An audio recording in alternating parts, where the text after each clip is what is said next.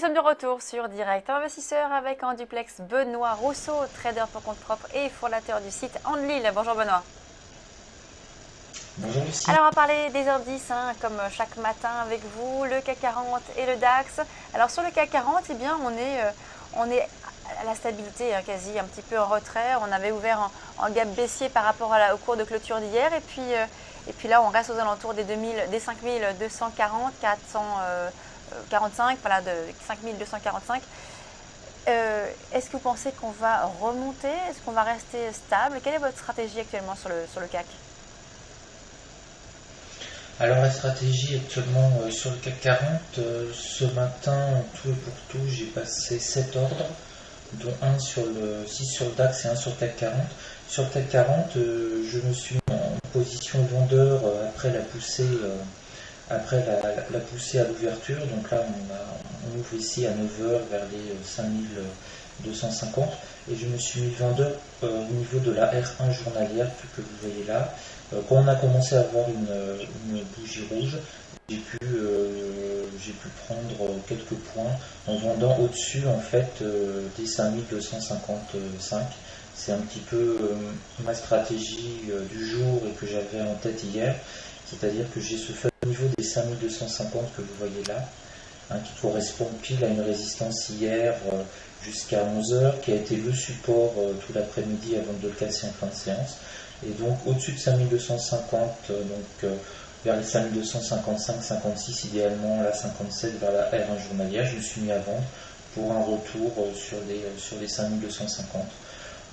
Parce que je prenais pour hypothèse qu'on n'allait pas casser cette grosse ligne rouge là qui est le plus haut d'hier du premier coup, que si on passait, on allait effectivement s'essouffler un peu et revenir sur la R1 journalière, ce qui m'aurait permis de sortir flat.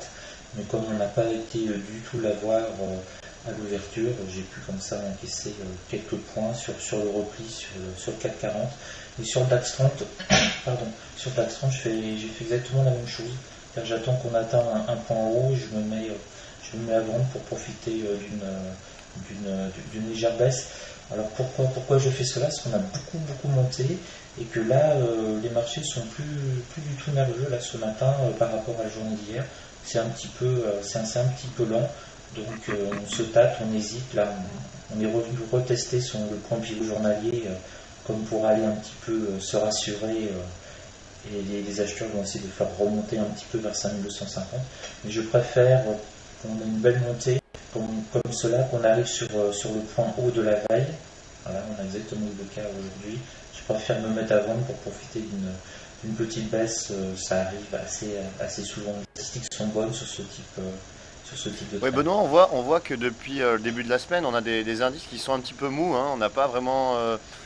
on a beaucoup moins de nervosité que les semaines précédentes. On avait beaucoup plus de volatilité. Là, on voit que c'est un peu mou, on consolide. Est-ce que ça pourrait être les prémices, selon vous, d'une phase de correction? Alors effectivement, ça pourrait être un prémisse éventuellement d'une correction. Je vais vous mettre sur le mois par exemple, sur un mois.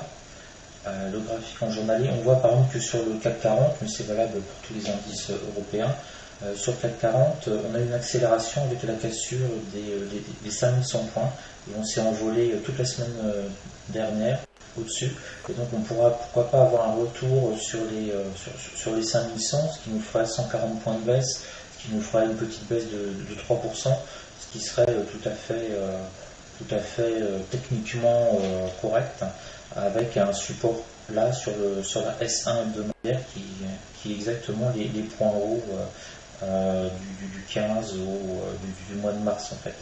Donc oui, pourquoi pas, d'autant plus que ce qui va vraiment faire bouger le marché, je pense que c'est ce qu'on attend actuellement, ça va être le résultat des entreprises américaines. Ça va être très attendu pour vraiment essayer de prendre le pouls de l'économie réelle américaine, puisque finalement pendant 3 mois quelque part on a des indications, le taux de chômage, etc., qui donnent aux investisseurs quelques quelques repères, si l'économie va bien, ça peut créer un courant acheteur, etc. Mais finalement, concrètement, un indice, la bourse, ça reste un indice et des actions. Et donc, c'est quand on a vraiment les résultats trimestriels des entreprises que l'on peut réellement juger si l'activité économique a été soutenue, faible, etc. Et donc là, c'est les moments de vérité en fait. Il y a, en bourse, 4 fois par an, on a le moment de vérité, c'est les trimestriels des entreprises qui tombent. Et bien entendu, les entreprises américaines, qu'en économie américaine, tout va bien, tout va bien, donc c'est vraiment le pouls. Donc si la hausse du dollar a un peu tapé dans les ratios des entreprises américaines, on pourrait avoir un début de consolidation, on va dire légèrement baissière, mais ça ne devrait pas être très très très violent, parce que là on n'a aucun indicateur, on va dire, on n'a aucune info, même géopolitique, qui pourrait bouleverser tout. C'est sûr. Du jour au lendemain, on n'a plus de tension, donc c'est pour ça qu'on est aussi dans un marché calme, et un marché calme, globalement, vous ne créez aucune tension sur le marché, vous n'avez pas d'événements géopolitiques, vous vivez dans un monde parfait, un long fleuve tranquille, et donc sur ce type de configuration de il faut faire attention, il faut faire de plus attention. Merci beaucoup Benoît la bourse Rousseau. monte de manière régulière, sans trop à-coups, puisque quelque part tous les nouveaux intervenants qui rentrent sur le marché se mettent à l'achat et ne se mettent pas à la vente. Merci beaucoup Benoît Rousseau, donc trader pour compte propre et fondateur du site En Lille. Merci beaucoup, à demain. On marque une pause, on se retrouve pour la suite du programme de Direct Investisseur.